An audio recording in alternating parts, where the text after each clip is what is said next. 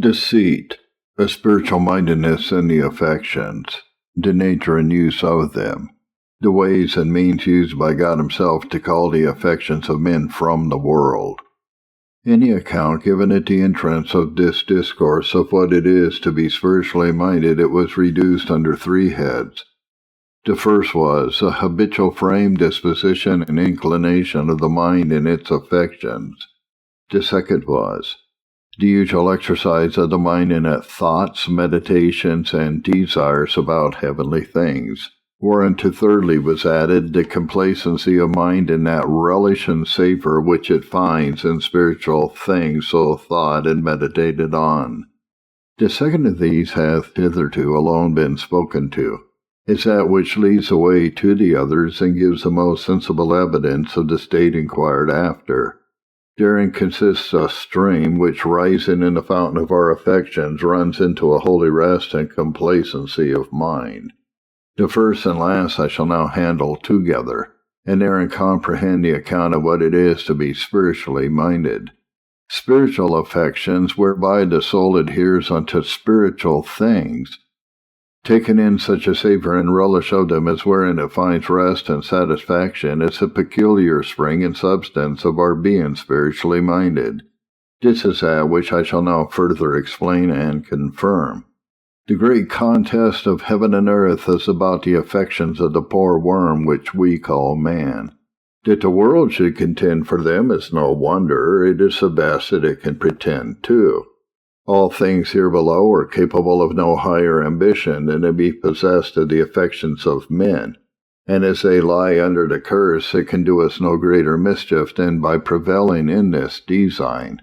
But that the holy God should as it were engage in a contest and strive for the affections of man, is an effect of infinite condescension and grace.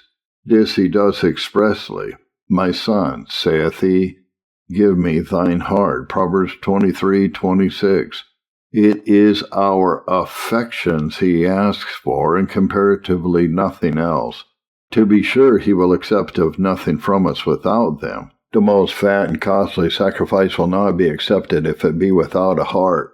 All the ways and methods of the dispensation of his will by his word, all the designs of his effectual grace are suited unto and prepared for this end, namely, to recover the affections of man to himself. So he expresses himself concerning his word in Deuteronomy 10 verse 12. And now, Israel, what does the Lord thy God require of thee, but to fear the Lord thy God, to walk in all of his ways, and to love him, and to serve the Lord thy God with all thy heart and with all thy soul.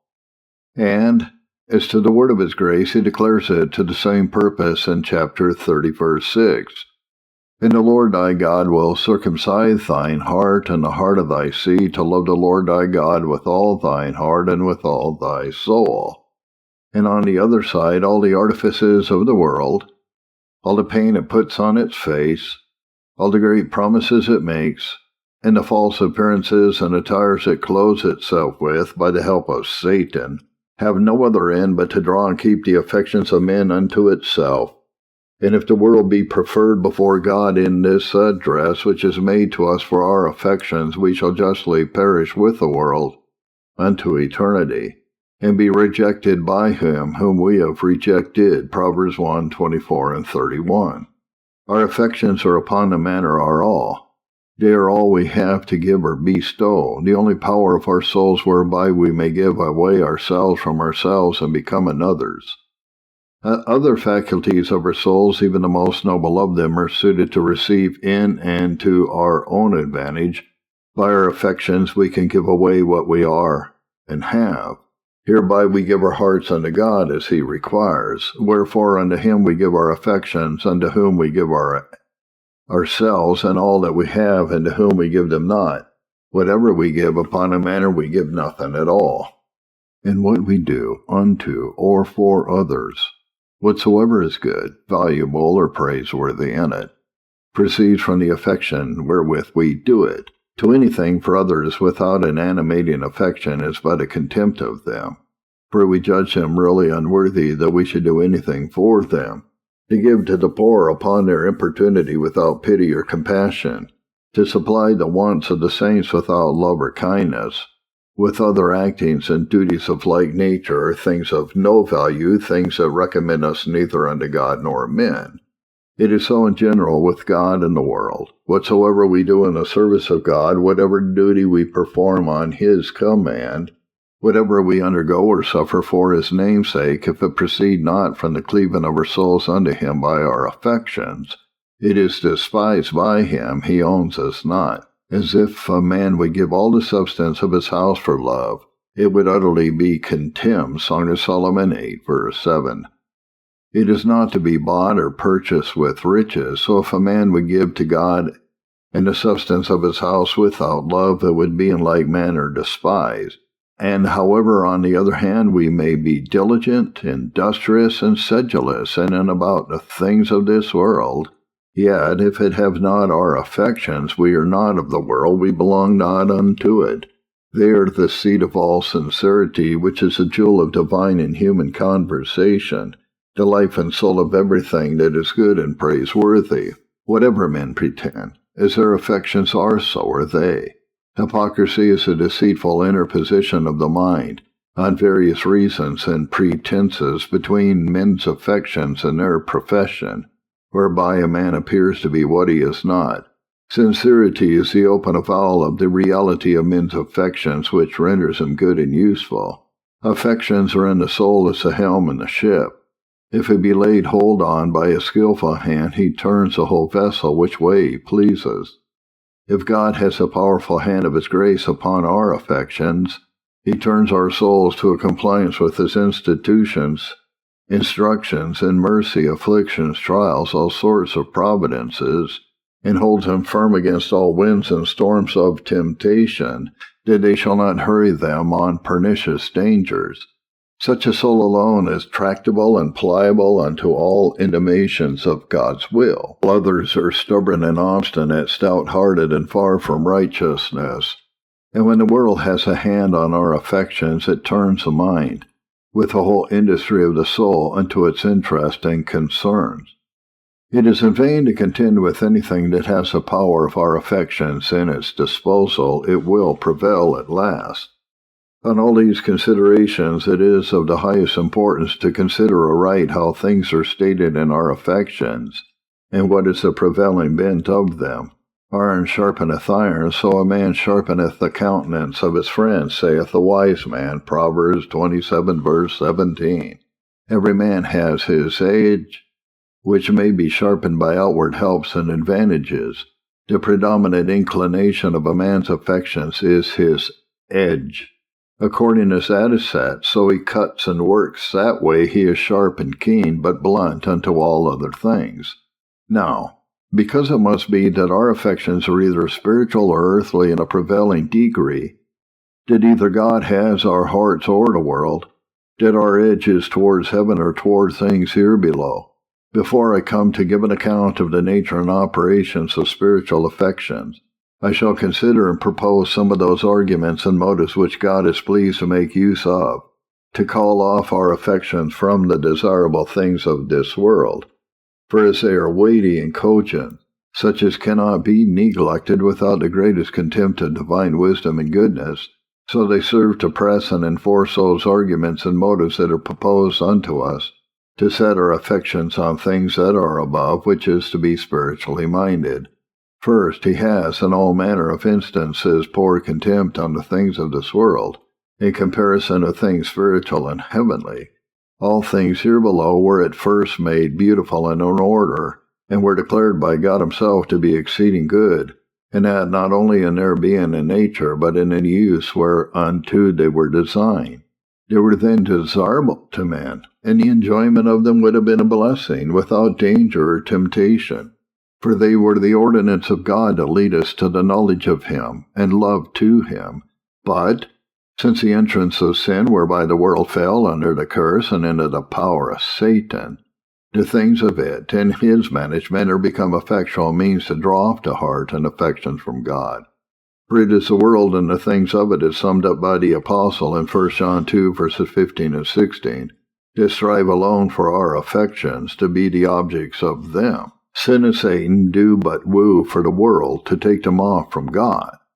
By them does the God of this world blind the eyes of them that believe not, and the principal way whereby he works in them is by promises of satisfaction to all the lusts of the minds of men, with a proposal of whatever is dreadful and terrible in the want of them, being now in this state and condition and used to this end, through the crafts of Satan and the folly of the minds of men, God has showed by various instances that they are all vain, empty, unsatisfactory, and every way to be despised in comparison of things eternal. Number 1. He did it most eminently and signally in the life, death, and cross of Christ. What can be seen or found in this world after the Son of God has spent his life in it, not having where to lay his head, and after he went out of it on the cross? Had there been aught of real worth and things here below, certainly he had enjoyed it. If not crowns and empires, which were all in his power, yet such goods and possessions as men of sober reasonings and moderate affections do esteem a competency. But things were quite otherwise disposed, to manifest that there is nothing of value or use in these things, but only to support nature unto the performance of service to God, wherein they are serviceable to eternity. He never enjoyed more than daily supplies of bread out of the stores of providence, which alone he has instructed us to pray for, Matthew 6, verse 11.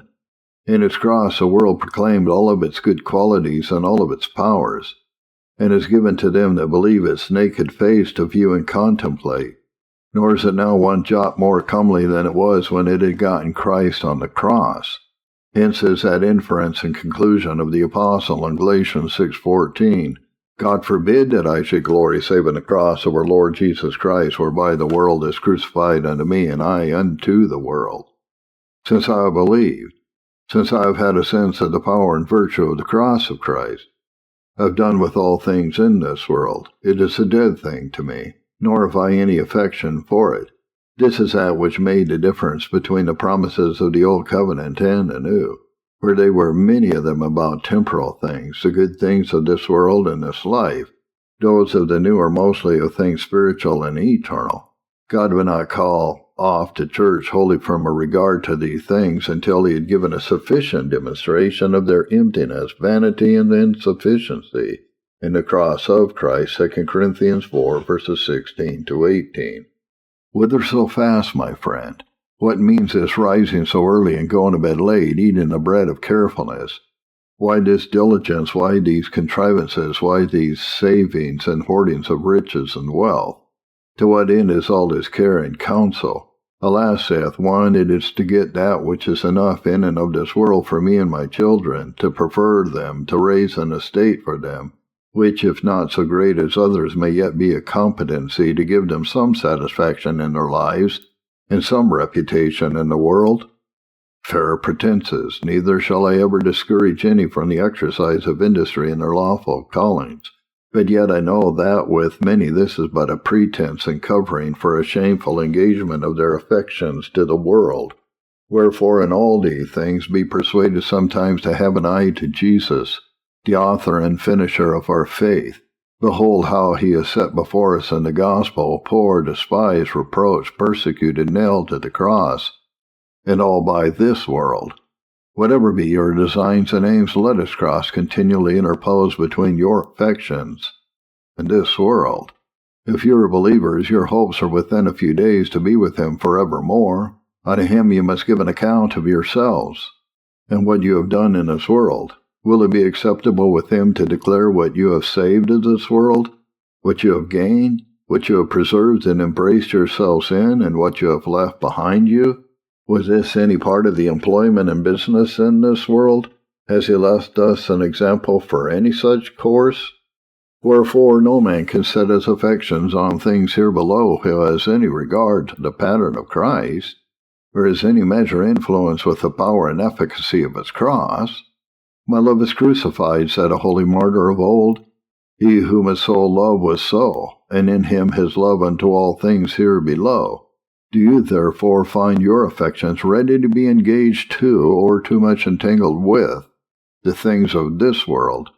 Are your desires of increasing them, your hopes of keeping them, your fears of losing them, your love to them and delight in them operative in your minds, possessing your thoughts and influencing your conversations. Turn aside a little and by faith contemplate the life and death of the Son of God. A blessed glass will it be, where you may see what contemptible things they are which you perplex yourselves about.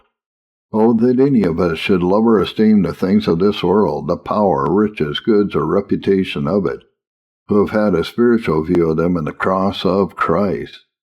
It may be, it will be said, that the circumstances mentioned were necessary to the Lord Christ, with respect to the special work he had to do as a Savior and Redeemer of the church, and therefore it does not hence follow that we ought to be poor and want all things as he did. I confess it does not, and therefore do all along make an allowance for honest industry in our callings. But this follows unavoidably hereon that what he did forego and trample on for our sake, that ought not to be the object of our affections, nor can such affections prevail in us if he dwell in our hearts by faith. Number 2. He has done the same in his dealings with the apostles, and generally with all that have been most dear to him, and instrumental to the interest of his glory in the world, especially since life and immortality were brought to light by the gospel.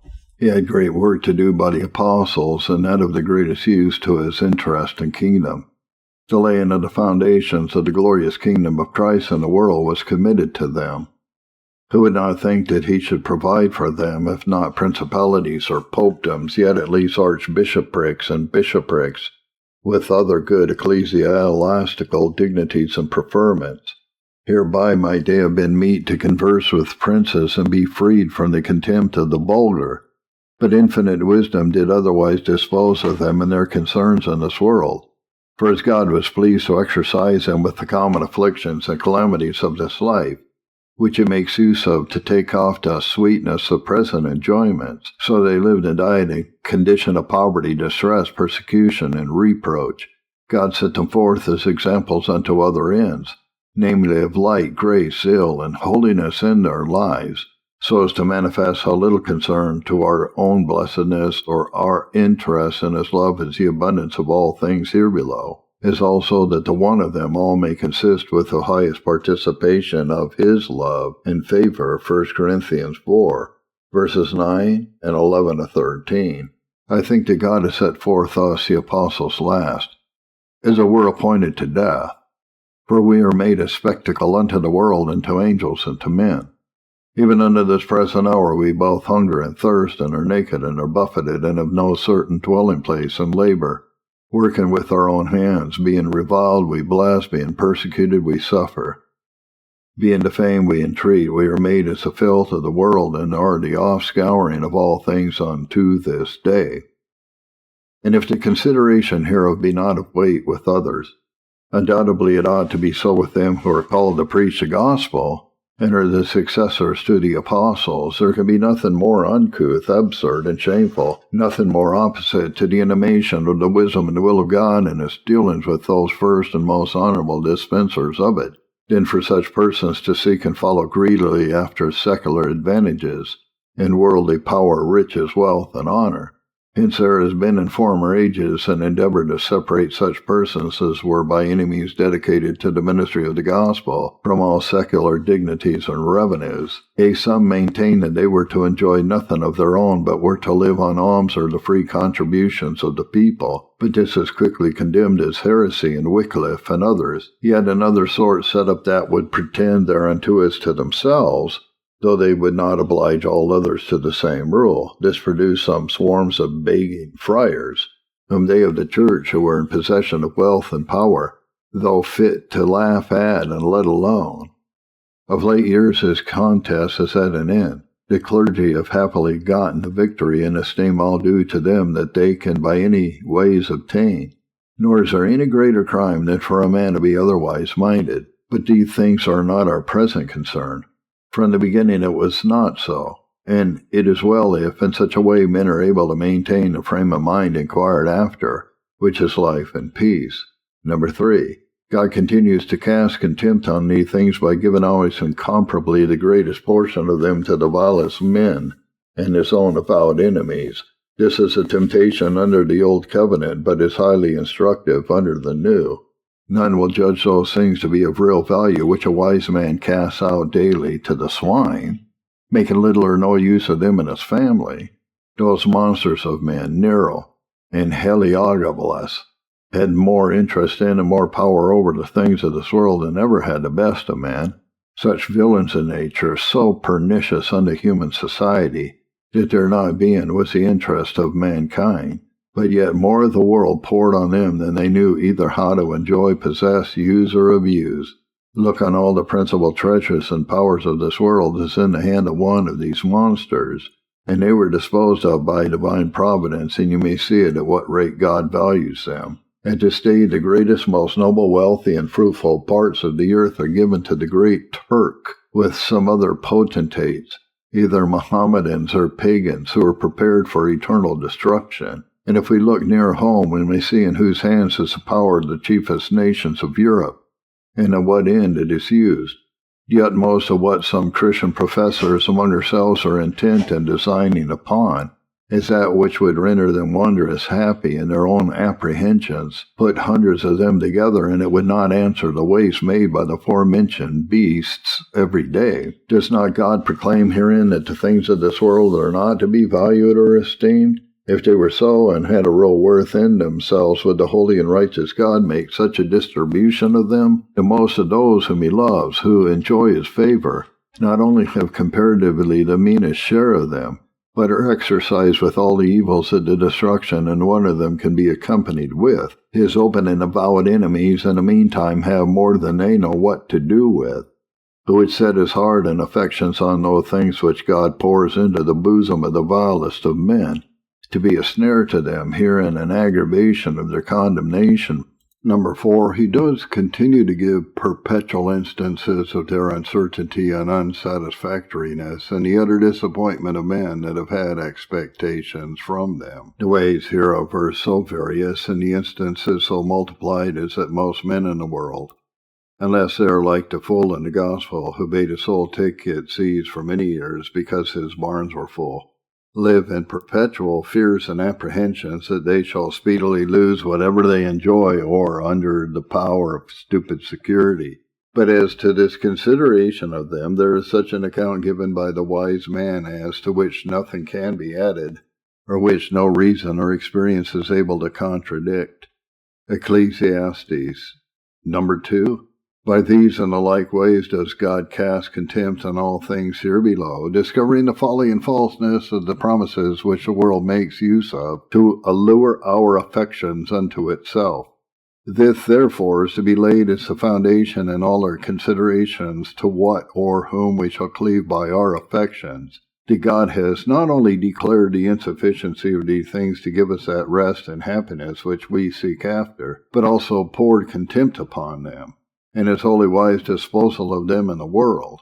Secondly, God has added unto their vanity by shortening the lives of men, reducing their continuance in this world to a short and uncertain season, as it is impossible they should take any solid satisfaction in what they enjoy here below.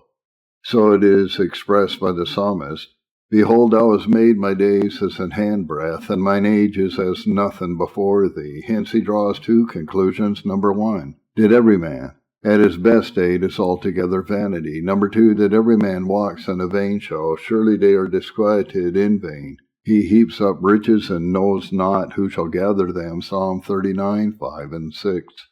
The uncertainty and shortness of the lives of men render all their endeavors and contrivances about earthly things both vain and foolish. When men lived 800 or 900 years, they had opportunity to suck out all the sweetness that was in creature comforts, to make large provisions of them, and to have long projections about them. But when they had so, they all issued in that violent suppression and wickedness which brought the flood on the world of ungodly men.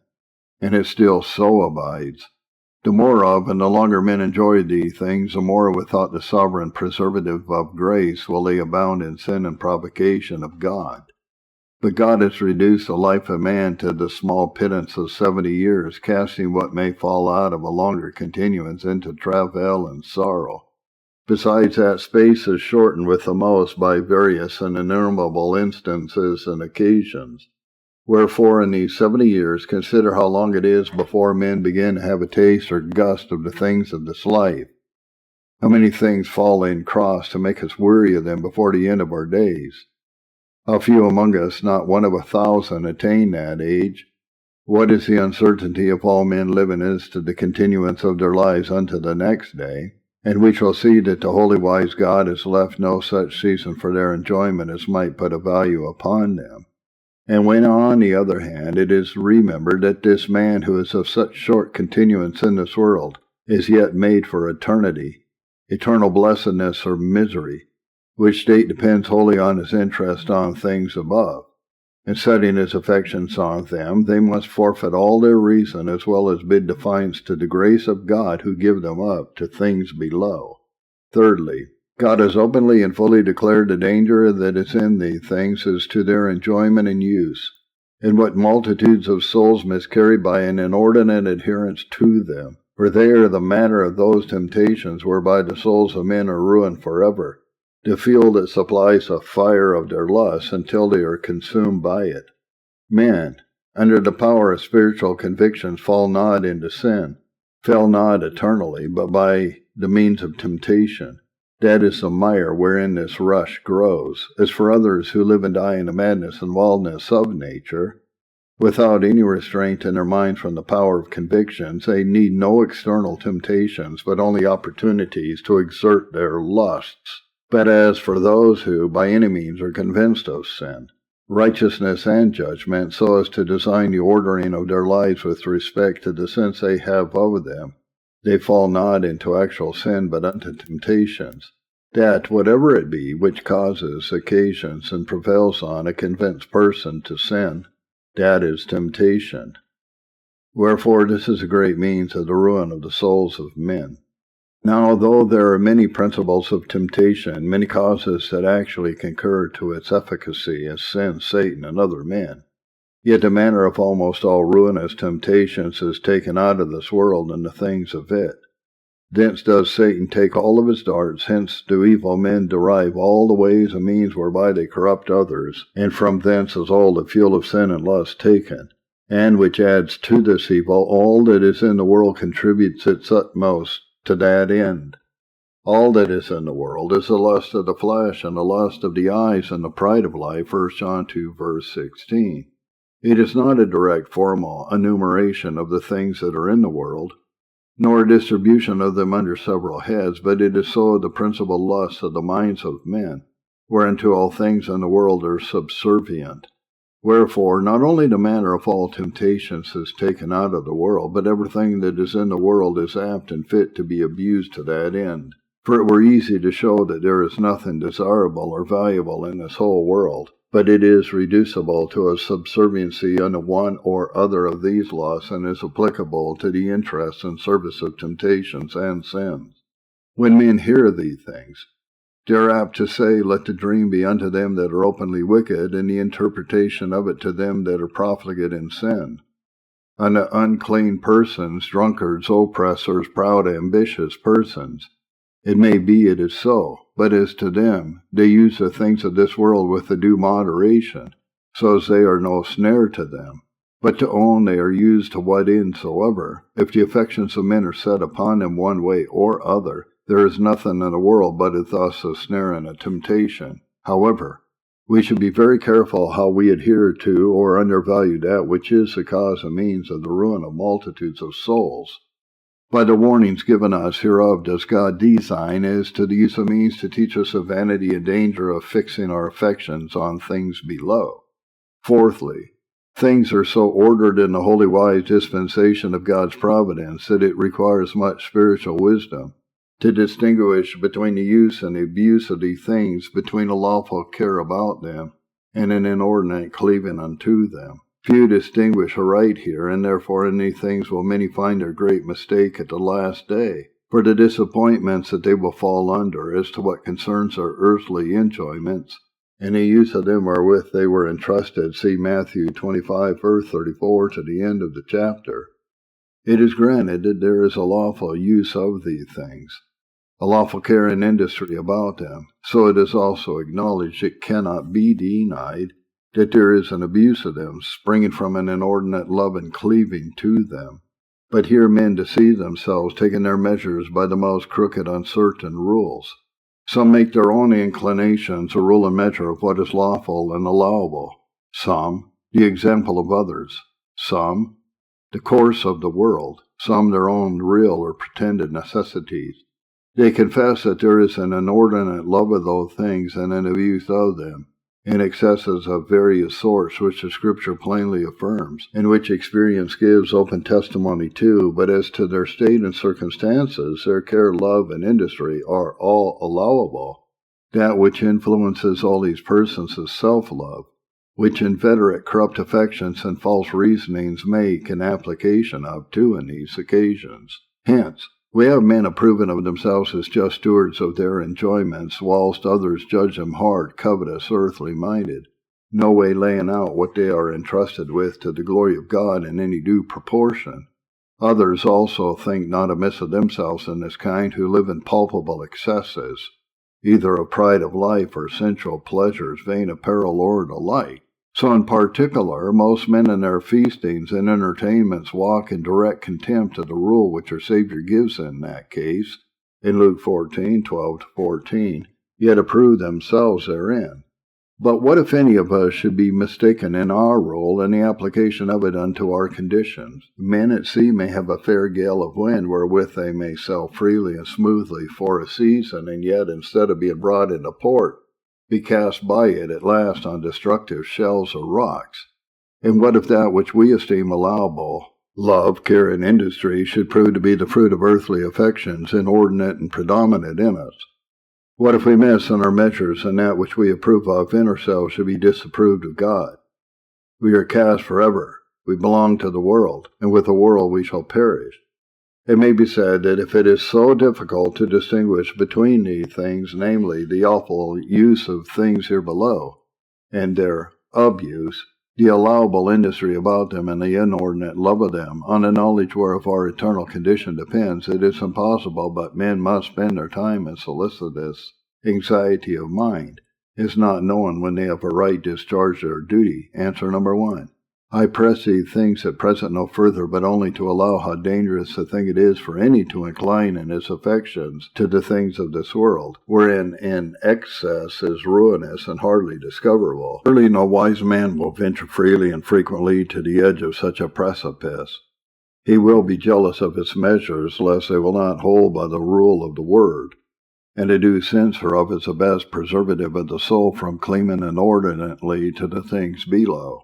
And when God in any instance, by afflictions or otherwise, shows to believers their transgression herein, and how they have exceeded, Job 36:8-9, it makes them careful for the future. They will now or never be diligent that they fall not under that peremptory rule, 1 John 2:15, number 2. When the soul is upright and sincere, there is no need in this case of any more solicitousness or anxiety of mind than there is unto or about other duties. But when it is biased and acted by self-love and its more strong inclinations to things present, it is impossible men should enjoy solid peace or be free from severe reflections on them by their own consciences in such seasons wherein they are awakened to their duty and the consideration of their state. Nor have I anything to tender for their relief. With others it is not so, and therefore I shall so far digress in this place as to give some directions to those who in sincerity would be satisfied in this lawful use and enjoyment of earthly things, so as not to adhere to them with inordinate affection. Number 1. Remember always that you are not proprietors or absolute possessors of those things, but only stewards of them. With respect to men, you may be just proprietors of what you enjoy, but with respect unto him who is a great possessor of heaven and earth, you are but steward. This stewardship we are to give an account of, as we are taught in the parable, Luke 16:1-2. This rule always attended to will be a blessed guide in all instances and occasions of duty. But if a man be left in trust with houses and large possessions, as a steward for the right lord, owner, and proprietor of them, if he fall into a pleasing dream that they are all his own, and use them accordingly, it will be a woeful surprise to him when he shall be called to an account for all that he has received and laid out, whether he will or not. and when indeed he has nothing to pay. It will scarce be otherwise with them at the great day, who forget the trust which is committed to them, and suppose they may do what they will with what they call their own. Number 2. There is nothing in the ways of getting, enjoying, or using of these things but gives its own evidence to spiritual wisdom, whether it be within the bounds of duty or not. Men are not lightly deceived herein, but when they are evidently under the power of corrupt affections, or not at all attend to themselves in the language of their own consciences, it is a man's own fault alone if he know not wherein he does exceed. A due examination of ourselves in the sight of God with respect to these things, the frame and actings of our minds in them, will greatly give check to our corrupt inclinations, and discover the folly of those reasonings whereby we deceive ourselves into the love of earthly things, or justify ourselves therein, and bring to light the secret principle of self-love, which is the root of all this evil. Number 3. If you would be able to make a right judgment in this case, be sure that you have another object for your affections, which has a predominant interest in your minds, and which will evidence itself so as to have on all occasions. Let a man be never so observant of himself as to all outward duties required of him with respect to these earthly things.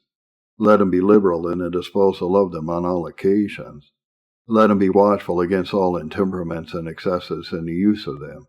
Yet if he has not another object for his affections which has a prevailing influence upon them, if they are not set upon the things that are above one way or another, it is the world that has a possession of the heart.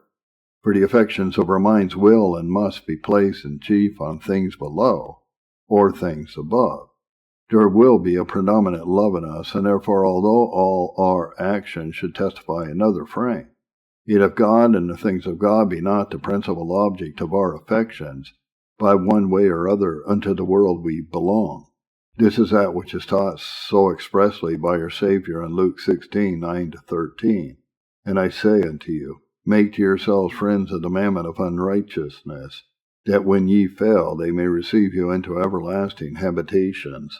He that is faithful in that which is least is faithful also in much, and he that is unjust in the least is unjust also in much. If therefore you have not been faithful in the unrighteous mammon, who will commit to your trust to true riches? And if ye have not been faithful in that which is another man's, who shall give you that which is your own? No servant can serve two masters, for either he will hate the one and love the other, or else he will hold to the one and despise the other. Cannot serve God and mammon. Number 4. Labor continually for the mortification of your affections to the things of this world. They are in a state of corrupted nature, set and fixed on them, nor will any reasonings or considerations effectually divert them or take them off in a due manner, unless they are mortified to them by the cross of Christ. Whatever change be otherwise wrought in them, it will be of no advantage to us. It is mortification alone that will take them off from earthly things to the glory of God. Hence the Apostle, having given us that charge, set your affection on things above and not on things of the earth. Colossians 3:2 adds this. It's the only way and means we may do so. Mortify therefore your members which are upon the earth. Verse 5. Let no man think that his affections will fall off from earthly things of their own accord. The keenness and sharpness of them in many things may be abated by the decay of their natural powers and age and the like. They may be mated by frequent disappointments, by sicknesses, pains, and afflictions, as we shall see immediately. They may be willing unto a distribution of earthly enjoyments, to have the reputation of it, wherein they still cleave to the world, but under another shape and appearance. Or they may be startled by conviction, so as to do many things gladly that belong to another frame. But on one pretense or other, under one appearance or other, they will forever adhere to cleave to earthly things, unless they are mortified to them through faith in the blood and cross of Christ. Galatians 6:14. Whatever thoughts you may have of yourselves in this manner, unless you have the experience of a work of mortification on your affections, you can have no refreshing ground of assurance that you are in anything spiritually minded. Number 5. In all the instances of duty belonging unto your stewardship of earthly things, attend diligently to the rule of the word. Without this, the grace exhorted to may be abused. So of old, under a pretense of a relinquishment of the things of this world, because of the danger in adhering to them, Their own superstition and the craft of other men prevailed with many to part with all they had to the service of others.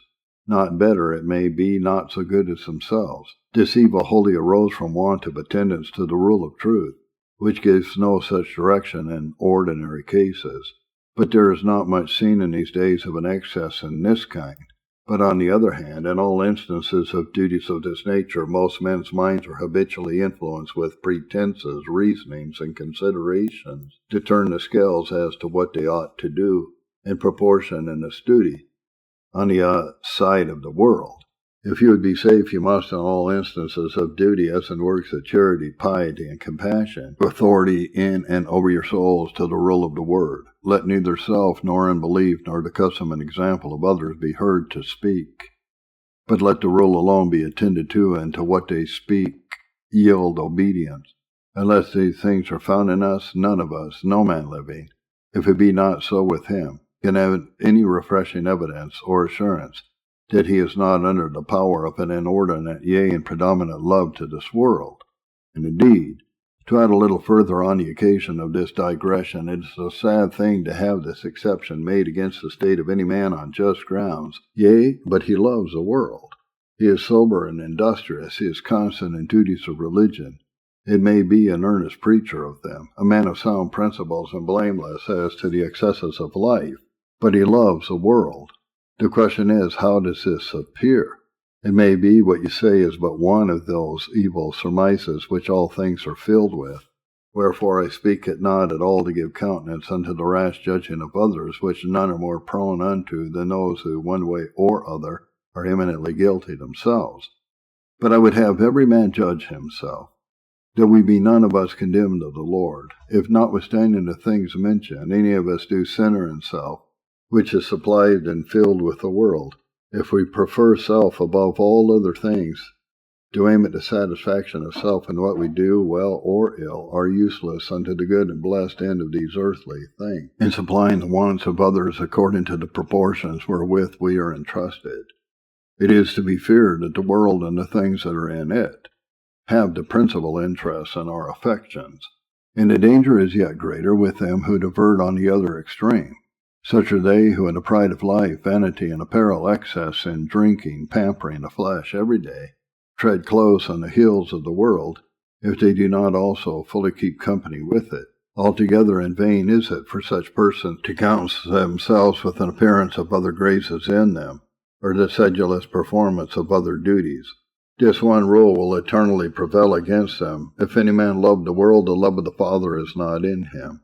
And by the way, let men take heed how they walk in any instance against the known judgment and practice of the wiser or more experienced sort of Christians, to their regret and sorrow, if not to their offense and scandal, or in any way whereunto they win the consent of their own light and conscience by such reasonings and considerations as will not hold weight in the balance of the sanctuary. Yet thus and no otherwise is it with all them who under a profession of religion indulge to any excesses wherein they are conformed to the world. Fifthly, it makes a hedge against the excess of the affections of men rational and any way enlightened to the things of this world, by suffering the generality of men that carry the use of them and to be carried by the abuse of them into acting so filthy, so abominable, so ridiculous, as reason itself cannot but abhor. Men by them transform themselves into beasts and monsters, as might be manifested by all sorts of instances. Hence a wise man prayed against riches, lest he should not be able to manage the temptations wherewith they are accompanied. Proverbs 38:9.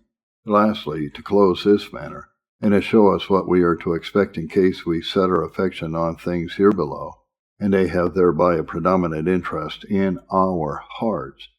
God has positively determined and declared that if it be so, he will have nothing to do with us, nor will accept of those affections which we pretend we can and do spare for him and spiritual things. If we abstain from open sins, if we abhor the lewdness and uncleanness of men in the world, if we are constant in religious duties and give ourselves up to walk after the most strict sort in religion, like Paul and his Pharisaism, may we not, will some say or think, find acceptance with God, though our hearts cleave inordinately to the things of this world? I say God has peremptorily determined the contrary. And if other arguments will not prevail us leave us at last to this: go love the world and the things of it, but know assuredly you do it unto the eternal loss of your souls. 1 John 2 verse 15 and James 4 verse 4. These few instances have I given of the arguments and motives whereby God is pleased to deter us from fixing our affection on things here below. And they are most of them such only as he makes use of in the administration of his providence. There are two other heads of things that offer themselves to our consideration. Number one, the ways, means, arguments, and enticements which the world makes use of to draw, keep, and secure the affections of men to itself. Number two, the secret, powerful efficacy of grace in taking off the heart from new things, and turning and drawing it to God with the arguments and motives that the Holy Spirit makes use of in and by the Word to descend, wherein we must show what is the act of conquering grace whereby the heart is finally prevailed on to choose and adhere to God in love immutable. But these things cannot be handled in any measure according to their nature and importance, without such lengths of discourse as I cannot here divert to. I shall therefore proceed to that which is the proper and peculiar subject before us. Forever, it seems you may go and take the world and take the curse, death, and hell along with it, but what will it profit a man to gain the whole world and lose his own soul? What can any man do on a consideration hereof, who will not forego all of his hopes and expectations from God, but retreat to the faith of things spiritual and eternal, as containing an excellency in them, and comfy be above all that he enjoyed here below?